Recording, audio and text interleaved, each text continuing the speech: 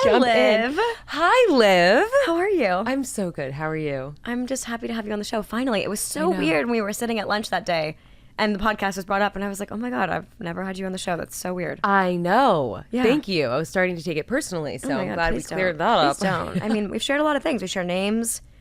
We're both getting married this summer. We actually shared a boyfriend, according to TMZ, for a second there. Which one was it? No. Remember she just got freaked out. It was so cute. Do you remember at Coachella when TMZ thought you were dating Alex? Oh my God. Ew. Yes, because we were both leaving. He was guarding the porta potty for me, like the saint that he is. I can't believe you remember that. No, sorry, literally. Alex. No, wait, you're kidding? It was the funniest thing ever. Oh my We're God, honored. sorry, Alex. No, it's fine. I'm sure he thinks it's fine. How's everything wedding going? Wedding's going great. I can ask you the same. I feel like you and I both had big wedding weekends. Also, guys, you can note my voice is gone because I had my Bachelorette this weekend. So I will be doing my best with my voice. Where did you go? I need to know everything. What do you mean? I went to Cabo, of course. Oh my God, of as course. every LA girl does. Didn't you go to Cabo too? Of course. Of course. It's just so easy. Where did you stay? So my friend from like childhood has a house, and we had like 6 girls, and it was perfect. Oh, that's perfect. Like It was nice so small nice. group. Keep it light. Keep it, mobile. We were able to make decisions on the fly. Yeah, that's so good. No itinerary, just Yes. oh, good. It was really great. 6 is a good number. It was great. It's kind of what I had my bridal shower this past weekend. I know, that's why I was actually, saying too. we had big bride weekends. We really did. We're just checking it all off Checking the the list. boxes. But I had such a small group too. Where was it? Nobu? Yeah. Looked beautiful. Thank you. I loved what you wore too. Oh, thanks. Who was that dressed by? It was like a beautiful off the shoulder white, like Thank kind of you. not puffy sleeve, but it was so pretty. It was Rebecca Valance, and I had never heard of her before. She's an Australian designer, I guess. I feel like I see her on Revolve a lot. Oh, okay. Yeah, right? never heard Maybe? of her. I don't know. But it looked so nice. Thank you. I can't wait to see like everything you're gonna wear. It's fun. I mean, I'm having a great time with it. I also feel like it's been fun to have so many friends also getting married because everyone's like doing their own thing. I know. Like I'm not having a bridal shower, but then I see my Good. friends that do. You just said good. No, okay, yeah, I didn't want one. I didn't want one either because I was like, this is getting a little ridiculous. People have to fly out for your engagement party. They fly out for your actual wedding. They have to give you a gift at the bridal shower. I don't need any gifts. Please don't give me any gifts. It's a lot to ask of people, and I completely agree with you. But I have a feeling, I mean, if what happens to me happens to you, someone's going to force you to have one. They'll be like, I want to do this for you. Like, I don't know, you guys. I love that in America, we just really take everything bridal to a whole new level. But it is for the guests, the poor guests. You have to parade them around the country. It's it's the crazy. world really sometimes, fittings and then The whole thing, even if you do it in LA, like say for like your 3 best friends or your mom or whatever it is, like a lot of the times they'll come with you to your first wedding dress fitting. Yes. Right? Then they come with you on your bachelorette. Then they come with you on to the bridal shower. Then they have to figure out what they're wear. wearing. Like it's a huge thing. I know. And that's why like I did my best to I did things that felt right. And I encourage everybody listening to do that. Like it doesn't need to be this thing where you immaculately follow tradition. And I've seen a lot of that on TikTok of people being like, these are all the non-traditional things I did for my wedding. Yeah. So I've just kind of done it my way, even down to things in the ceremony. Like we're not going to see each other before. We are going to sleep in the same room before, but you do it your way. That's what I'm doing too. Yeah. That's funny. Yeah. I would have a panic attack if I didn't sleep in the same room as Alex before I got married. Yeah, you're so nervous and anxious. You just want to And I'd be alone? Yeah. Okay, so your wedding is next month. You're coming up. Yeah. What, 3-4 weeks away? Yes, it's really around the corner. It's really around the corner. Yeah. I'm excited, but I'm also nervous. I get that. I totally get that. I'm not nervous about marrying the love of my life and my obviously best not. friend. No, I'm nervous about all the things that I haven't done yet. The looming list. The looming list. I mean, I feel like from what someone posted, a friend of mine is getting married right now. She went on TikTok and she was like, that last month of your wedding, money is fairy dust. Just gets sprinkled everywhere. Sprinkle it everywhere, yeah. Sprinkled everywhere. Like you just have to say yes to things and deal with it and just get it done. Just get across the finish line. Oh my gosh, she's not wrong. She's not wrong. She is not wrong. I know. Your style has always been something that I've loved, and you're so elegant, and I feel like you pull looks together so well. Look at as I'm sitting here in my Athleta sportswear. Yeah, but it's like you still look perfect. I don't know, man. I don't know, but thank you. You look perfect. Thanks. I do what I can. But what was your approach into bridal style? I feel like, I don't know, there's a part of me that wants everything to feel different, and then there's another part of me that wants everything to feel the same because it's what I like. So I don't know. It's been an interesting journey, and I still don't know what I'm wearing for a lot of things, to be completely honest with you. They're not done yet. So I've been making a lot of decisions on the fly. Like what I wore to my bridal shower, I decided on the morning of, and it arrived the day before. Shipping, man. Memorial weekend. Did that happen with you? It did here and there. You just don't think about it, and then all of a sudden it's like 2 days away, and you're like, oh, God. Totally. Yeah. Totally. So I know for one thing, I definitely want things to feel timeless. Yeah. And even everything from my hair, makeup, to what I wear and what everybody around me wears. I've been a little bit of a stickler as far as that goes, too. Just making sure that everybody in my family, because there's a lot of them, looks like the pictures together will look cohesive. Right. I think that's like a lot of people worry about that. Yeah. Yeah. Yeah. Just a little direction. Just a few mood boards here and there. Tad. Yes. A mood board and like a person to help you get ready, and I have to approve everything. It's okay. Totally. Yeah. I often think about when brides talk about wanting to be timeless, and I had such a hard time with that because I was like, oh, I want to be a timeless bride, but I don't want that to restrict me from wearing something that feels like my style and unique to me. Totally. And something that I'm going to look back in like 20, 30 years and be like, oh, I was having the time of my life. That's such a good point. It was a moment in time. Yeah. Maybe you want to lean into the fact that it was an era. That's really cool. I think that's a great choice. I'm not trying to like dive into an era per se, but like I am trying to like, I think there's a fine balance between being timeless and like having personal style. Yeah, and the person that you were at that time. Right. It's something to celebrate. That's a really good point. Damn it, maybe I'm going to reconsider all of this. I'm just kidding. No, I'm sure that I'm kidding. I have no doubt in my mind that you're doing just fine. I'm totally joking. But yeah, I love that for you. God, now I'm curious what you're wearing. You'll see. I cannot wait to see. What was your dress hunt like? I had a pretty good idea of what I wanted, and I've known for years, obviously, as we typically do as girls. Well, I don't know if everyone can say that, but I know I haven't, so I love really? Wait, I need this. See, this is the stuff that I live for because it's so. My brain just doesn't work like that. So, like, did you have it in a Pinterest board? Like, you've always known the dress you wanted? Yes, it's funny. I've always known the dress that I wanted, and it was really difficult to find images that shared exactly what it is. And it's, yeah, it wasn't something that I saw and I was like, this is what I want. It was something that I really did kind of come up with in my head. So, to me, that makes it more exciting because I had to it was a hunt, to say the least, to really get it to where I want it to be, and I'm excited. We're not going to reveal too much, but did you like shop around a little bit? Did you like go straight to one person? No, I did shop around, but I knew what I had my heart set on. Great. As far as the maker. Great. Love. Yeah. I mean, I think it's important to have a little bit of that like decisive energy in wedding dress shopping. Mm-hmm. I did not enjoy the process until like the end, until I was like more firm in what I was getting and how I felt. Did you feel tired? Did you do too many places? It felt really overwhelming, and I also maybe I'm just not the wedding dress girly. Like maybe it's just not. And it's funny too because white's my favorite color to wear. Yeah, but it took me a lot of shapes and a lot of silhouettes to find the thing that I felt good in. And I think that's interesting for someone who gets dressed every day, like professionally. And also, I think it's very interesting from somebody that would look good in literally any silhouette ever. True. That is so true. Look at you. You're the perfect body. You have, yes. Where I'm not understanding, but it just didn't click. And then when it does click, you're like, okay, I'm on the right path. And I think a lot of people experience that. Totally. Yeah. It's funny for me because I actually, now that you mentioned, the first wedding dress I ever tried on is the one that I'm wearing. See, that makes sense. I never tried on any others. After that. Did you try on dresses before that? No, it was the first and only. I haven't tried any after. I haven't tried any before. I didn't have like a mood board from life that I had like been accumulating over time. I just like got engaged and was like, oh, I guess I'll make a mood board now. So I didn't have that like deep gut feeling of what I wanted, which both was fun but also challenging. Fun because it allowed me to try a lot of different things on and like be a part of the discovery process, but challenging because I do think you need to go into wedding dress shopping being as decisive as you are. Oh my and like God. knowing what the vision is. Well, it's not really even being decisive if you just literally didn't do any other thing. Like I didn't. You're like, I walked in and this was it. Yeah. And that was it. And now we're here. Yeah, I did not put in the work. Oopsies. But yeah. I mean, it's because you knew what you wanted. Exactly. True. I love what you were saying earlier about helping your siblings figure it out, because I have 7 siblings, and that, I think, actually, if someone was to ask me what the most challenging part of planning a wedding has been so far, it would be that.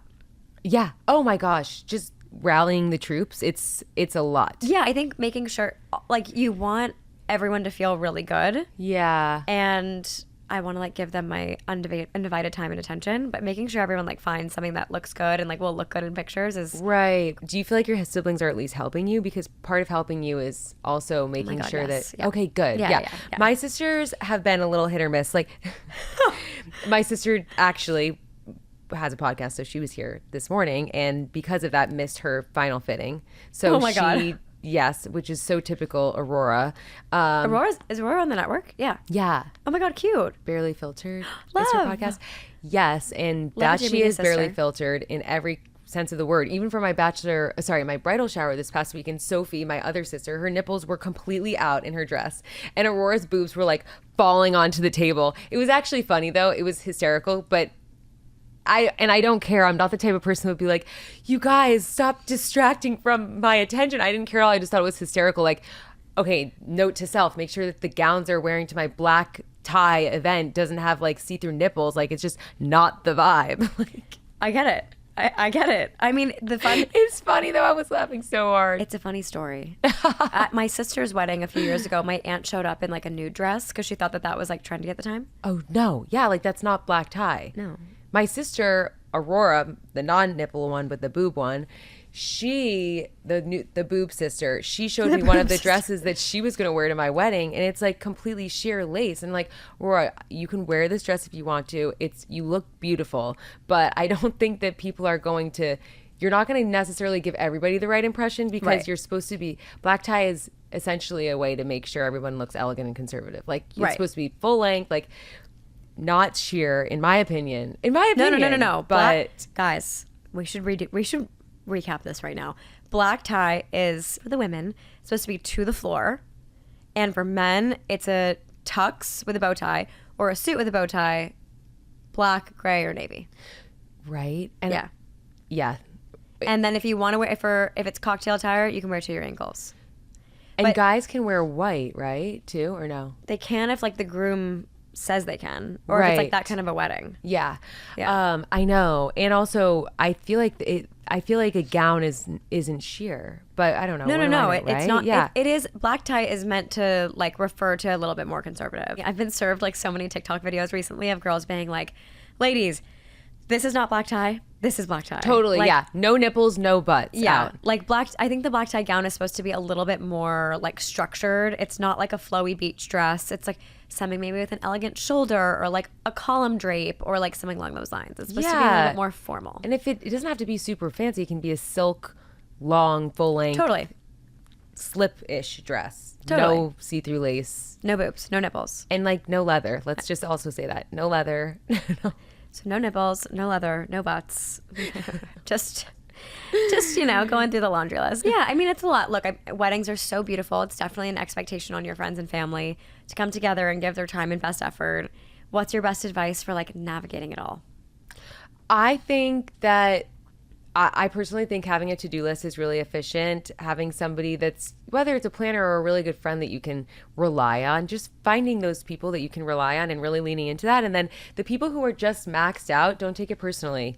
Don't take it personally. Everybody's doing the best that they can, and you have to just, use the resources that you have, but don't stress yourself out when not everybody has a lot to give, because not everybody has a lot to give. It's not personal. It's just, we're all doing the best we can. It really is not personal. I've learned that so much. Everyone's dealing with their own shit. Yes. And some people are really good at doing a ton of stuff. Like, that's why they say when you want to get something done, ask a busy person. It's, everybody has their They know how to do it. Yeah. They know how to do it. It's funny.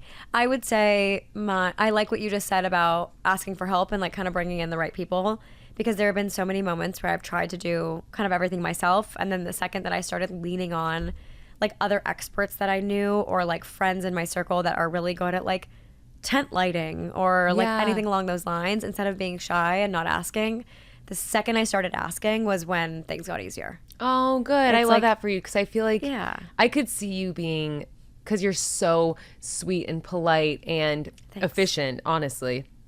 thinking like, oh, I can do this myself. Right.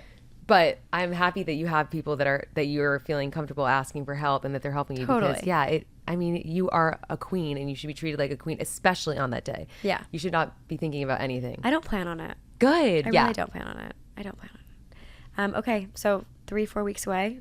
I'm sure everyone listening will be tuning in. We're so excited for you. Thanks. Like, I can't wait. You're honestly, the two of you are so cute, and I'm just so happy for you. Thank you. I'm so happy for you. Look at us. Even though I almost stole Alex, apparently. Oh, God, TMZ, man. It was just a porta potty. Worse things have happened in a porta potty. Ugh. How crazy is that? How far we've come. How far we've come. I want to get into your personal style a little bit because, again, I have like, so from the minute I met you, you're one of those people who I can say, like, I've seen in so many different environments, and every time I've been like, a hit.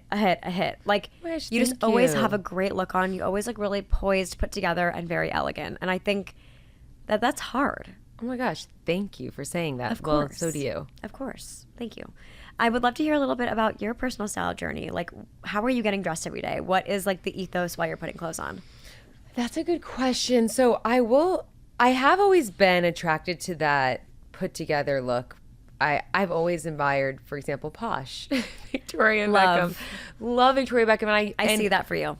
From the time I was so little, and her style was so impressionable to me, and it was always, her petite, put together. She's so petite. She's so put together. It was always the pants with the tucked in shirt and, the perfect minimal makeup and the sunglasses and the pumps. I love pumps. I mean, I love pumps. I'll never not love a pump, and I hope that that's okay, but I'm taking those to my grave. Oh my God. Yes. Guys, a pump's the best. They just elongate the leg, and they make everything look good. Yes, and absolutely. It's, for me, all about the silhouette. There's a reason why Zendaya is always in a Sokate from Christian Louboutin, like the highest heel of all time. Gosh, and she's so And it's why her legs look amazing, and she's always just, I know. She looks so good. It's literally that shoe. Well, the 5'10" height doesn't hurt either. God, plus she's stunning. The like 5-inch heel, like I love her go for off. that. Go off. So that was my first style icon, and then from there I really kind of leaned into the whole. Well, then I kind of got into the pageant stuff, and with the pageant stuff, you really had to make sure you looked put together, and I guess a good slack and a tucked in shirt with a pump was just my go-to, and everything has evolved from that. And I've struggled at times when, athleisure is really big, or when the more androgynous look is really in, and even like the oversized suits. Like, I have had a hard time like really taking those trends into my personal style because they're not totally the personality that, it doesn't resonate with me. And I guess you just have to find versions of trends that feel good to you. Karl Lagerfeld said, trendy is the last stage before tacky. There you go.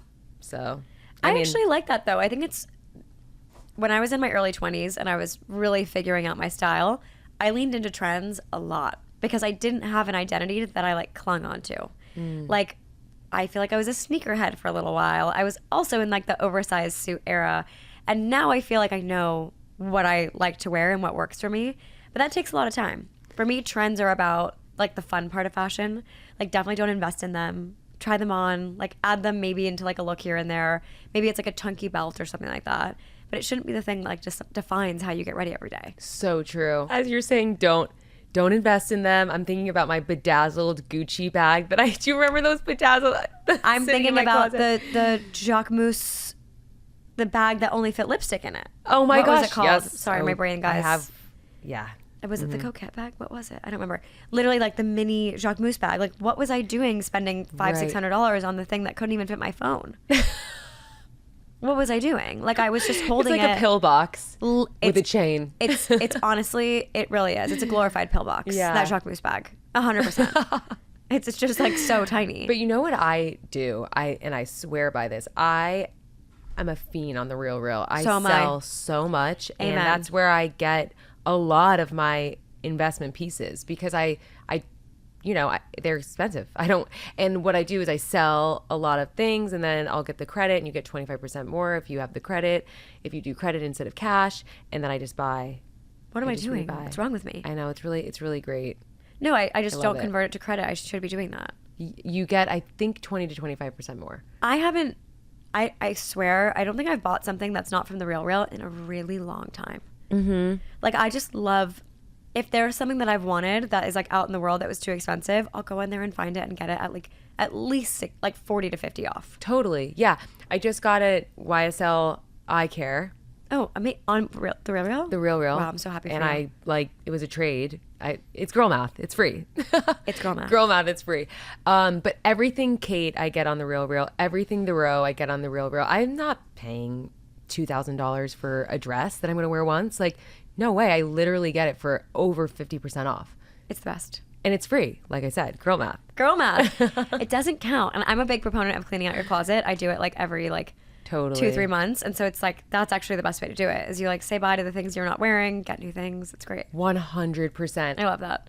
You were talking about your pageant days. And it's so funny because since I've known you, I've never, like, I know you're Miss Universe, but like, I can't believe you're Miss Universe. Me neither. It's so weird, especially, you know, I mean, literally that was 12 years ago now. Yeah, I just 12, don't. 13. I don't. It makes sense. Like, I look at you and I'm like, oh yeah, that makes sense. Like, No. but like through our friendship, No. I've never been like, oh yeah, she won Miss Universe. Like That not means just a Miss lot Rhode to me. Island, not just Miss Rhode Island, not just like Miss America or whatever, Miss United States, Miss Universe. Oh my gosh. But I remember I was a dancer as a kid, and I feel like in my style today and the way I get dressed, you know, there's a lot of tenets of having grown up on a stage and being backstage and putting yourself together. And people often ask me like, okay, what are some of the tips you learned backstage? And I've always wanted to ask you. To be completely honest with you, I grew up in a pretty conservative house in some sense. My mom doesn't wear any makeup, no skincare. I mean, she's never had Botox or filler. Like, she just is super natural. Even though I'm making her get Botox before my wedding, and I'm so excited. Oh my God, Olivia, are you Bridezilla? I mean, she wants to. She wants to. Okay. She okay. wants to. Okay. So also, by the way, yeah, and by the way, we maybe I am can- Bridezilla. Okay, no, well, she wants to. Yeah. She doesn't really. She's just not. She's a musician. She's a hippie. Right. She's a girl. She's not really a girly girl. So growing up, if I was to do my hair or we're looking in the mirror too long, she would say, "Don't look in the mirror. You'll see the face of the devil." Things like that, for example. Wow. I don't. It was just it was very important to her that we didn't care about the way that we looked. So how all did she three of take us as you- girls. How does she take it with you probably She- wanting to be in the pageant?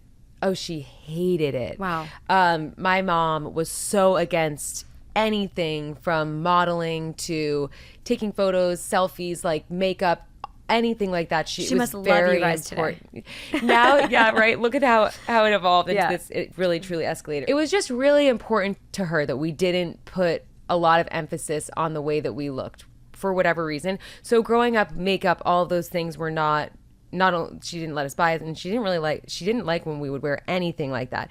So when I got into the pageant stuff, it was because I had started modeling and I was acting. I had some little teeny tiny acting gigs in Boston. And I realized that Halle Berry had started her acting career in pageant. She was the runner-up to Miss USA, and I thought, okay, I should just try a pageant because that will help me with my stage presence. I'll learn how to talk in front of people, help my nerves when I'm auditioning, whatever. So I decided to try out for Miss Rhode Island, and my mom was so against it. I remember the night before the Miss Rhode Island pageant, she made me cry. She was like, "What do you want to be in the back of a convertible waving?" And like flash forward 3 months, I was literally in the back of a convertible waving. Yeah. But it was kind of interesting because I went from Miss Rhode Island, Miss USA to Miss Universe so fast. But okay, long story, really long. I had to learn how to do all in the of span that of a stuff. year, right? It was all within, well, yeah. Oh my I was God. Miss Rhode Island, Miss Rhode Island 2012, Miss USA 2012, Miss Universe 2012. Insane. And I didn't know how to do any of the makeup. I didn't know how to do hair. I went to an all girls Catholic school growing up. Like, my mom didn't let us wear that stuff. It just was something I had to learn. And I remember I went to the Mac store with this makeup artist, and she wrote a diagram of a face, told me where each thing goes, and I just practiced. Wow. That's it. The Mac store too was my first makeup experience. Wasn't it everyone's? Yeah, the Mac store in Malibu. Walked right in and they like put blue eyeshadow on me, and I was like, I'm alive. Sold. I'm alive, babe. Like, I'm ready. I'll never forget it. I swear it's a core memory. I'm dying. Insane. I can see it now. Me and my mom. I love what you just said about doing pageants because you wanted to, you know, grow your stage presence. I too feel that like desire to kind of work on that for myself. And I was in an acting class during COVID because one, I wanted community in LA. I like didn't have anyone around me. Yeah. But I felt like I was kind of shy after COVID. I was like kind of trapped inside, and I didn't feel like I was socializing like I used to. And I did the same thing. I was like, I'm going to go do this thing that might break me out of my shell a little bit. I just started doing the Today Show. I was like, I need to like work on my stage presence. And I find that fashion is so intertwined into that. It's like how we present ourselves every day and like how we show up in front of people and like how we look. I recommend it for anybody. Like I recommend, even if you have no dreams of being on the stage or anything like that, being in a class like that really, really pushes you out of your comfort zone, teaches you so many new things. Like I learned so much about myself and gained so much confidence from just being up on stage in front of people I didn't know. Right. And putting yourself in an uncomfortable situation. 100%. Yeah. And also, by the way, I remember thinking that after the pageant too, like at the very least, maybe I'll get to brush shoulders with somebody who is really inspiring and teaches me something about myself that I would like to work on, you know? Yeah. And it really did work out like that. So don't be afraid to take chances, everyone. No, not at all. You might end up in the back of a convertible waving. Who knows? Who knows? You might. I can see so much of like that poise, not to say that like pageants have like a stereotype, but like I can see so much of that in you now. And I feel like your fashion again is really represented in that. Like I feel like you know your body really well and what works. Like you're very comfortable in your skin. Like I feel like I always see you in like a long like midi skirt and like a tight top and a great belt. Like I feel like that's something that's like a silhouette that works for you. What has that process been like of like finding clothes that you know make you feel good but also are super flattering on you? I feel like it's definitely trial and error, and it's a work in progress for everybody. And also there's different phases that you're going through and also different levels of comfort that you want. And I've realized what looks good in person doesn't always look good in photos. So really, I think the best way to tell is to look in photos, to take pictures and... Wow, so are you always taking, like, is someone taking a photo of, like, you before you leave the house, or are you, like, taking a selfie and then looking back at it? It's honestly looking back at it. I mean, everybody's on their phones. Whenever you Right. go somewhere, you're going to take a picture with somebody, and you kind of... Do you ever have that where, like, you're like, this looks so good, and then you see a picture of it, and you're like, oh, God, this does not work on me. Oh, I can't even count how many times I've had that happen. Yeah. And I also think that's one of those things that I hate when that happens, because it's kind of a confidence... Then you feel like shit in public. Yeah. Like it's like, okay, say you're in the mirror and you're like, oh my God, this outfit's fire. I look amazing.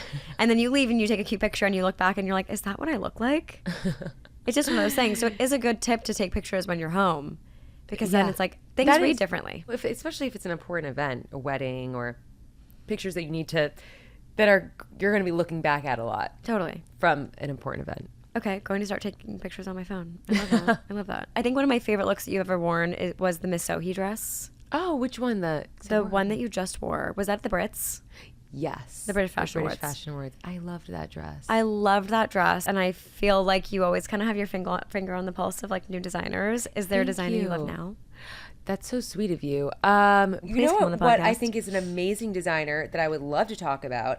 Oh. So I love headwear and I love hats, and I love headwear. I love hats.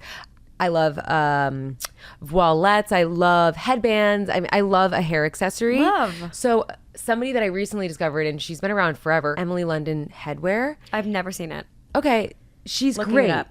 Turning She my does phone off a airplane lot. mode. She's based in the UK, and she does a lot of the headpieces that people wear to the royal events or just, the British events. They're always wearing really cool headpieces. But I love hats, and I just bought a really, really cute white hat for... Oh my God, these are beautiful. They're stunning. Guys, I she's know. at Emily London Headwear on Instagram. Stunning. And she Stunning. also does custom. If you wanted to send her a swatch of your outfit and you needed the exact color to match or whatever. You got to get detailed. Those things matter. They could. Yeah. They could matter unless you don't care and you want it to be a different color. But I bought a hat. I want to show you the hat that I bought. I'll show you the hat that I bought. It's a little more tamed. It's not quite like a pillbox hat. Yeah. So it felt a little bit more, I don't know. No, I love it. I love like a Cash. drama moment like that. I know. Yeah. Are we ever going to get an Olivia Culpo fashion line? Because I'd love one. I wonder. I'd love one. I feel like you would slay. I don't know why I just said slay, but I think you'd be really great. I'm down to slay. Thank you. I know. It doesn't come out of my mouth often. I don't know if I wonder. I would love that, to be honest with you. I think we would too. I just struggle with, to be completely honest with you, I struggle with the excess of brands, the excess of the fashion industry. Yeah. You know, just so much wasted material and so many things that so many people end up throwing away because they don't need them. Yeah. And I don't want to be a part of that problem. I'd rather be a part of that solution. So maybe doing something that's repurposed, that would be really fulfilling for me. I think it's either like, it has to be something that's like really well made these days, because if not, you're just contributing to the problem. Like, it has to be something that's like made either sustainably or like something along those lines. Right. And even then, you're still contributing to the problem. Totally. There's not a lot of things. If you want something in your head, you're like, okay, I want a blue maxi dress, belted umpire waist. Literally Google that and you'll have 5 options. Totally. Like, everything that you want is already out there. But as fashion lovers, we don't want for anything. Right. We have everything. We do. So I would love to do that, maybe in a more creative way. I think there's a lot of things to do with this in the sustainability realm as far as fashion goes, because there is so much that ends up in the landfill. 100%. It's hard. For me, it's not the landfill, it's the real. If there was one thing about fashion that you could change right now, what would it be?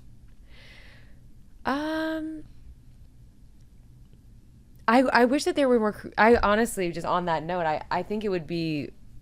I wish that there was an easier way to reduce waste, whether that's repurposing old fabric or even doing a Sisterhood of the Traveling Pants, but like with bags. Like, best movie ever. I wish that it was easier to have a small network in your community that you just